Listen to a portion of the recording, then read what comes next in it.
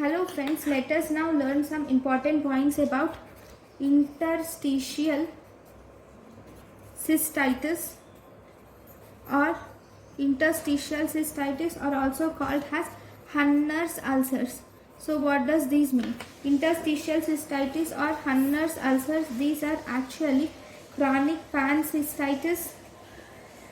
This is the interstitial or inflammation of the whole bladder is seen.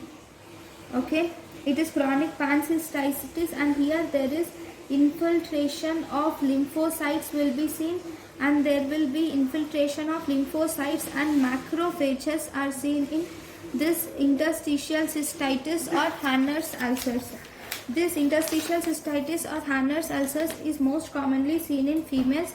The etiology of this is unknown. Okay, so if you see the clinical features, this is actually associated with increased frequency, and you will also see that there will be symptoms like pain. This pain is increased by distension.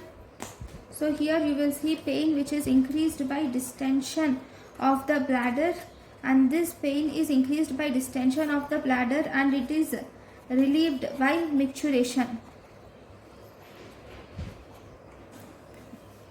Okay, then what is the diagnosis? Diagnosis is for interstitial cystitis, you can use the cystoscopy for diagnosis. Cystoscopy, you will see presence of linear bleeding ulcers will be seen in the fundus of the urinary bladder. In the fundus of the urinary bladder, you will see linear bleeding ulcer is seen in the fundus. Here you will see linear bleeding ulcers. So how are you going to treat the patient? Treatment is, though it is difficult, treatment is difficult and it is unsatisfactory. It is difficult and unsatisfactory. Here you will see that there will be bladder distension will be there, and this which will decrease the anesthesia.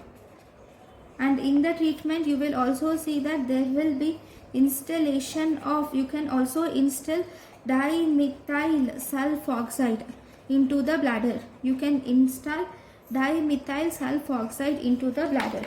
So this is about the interstitial cystitis. Thank you for watching.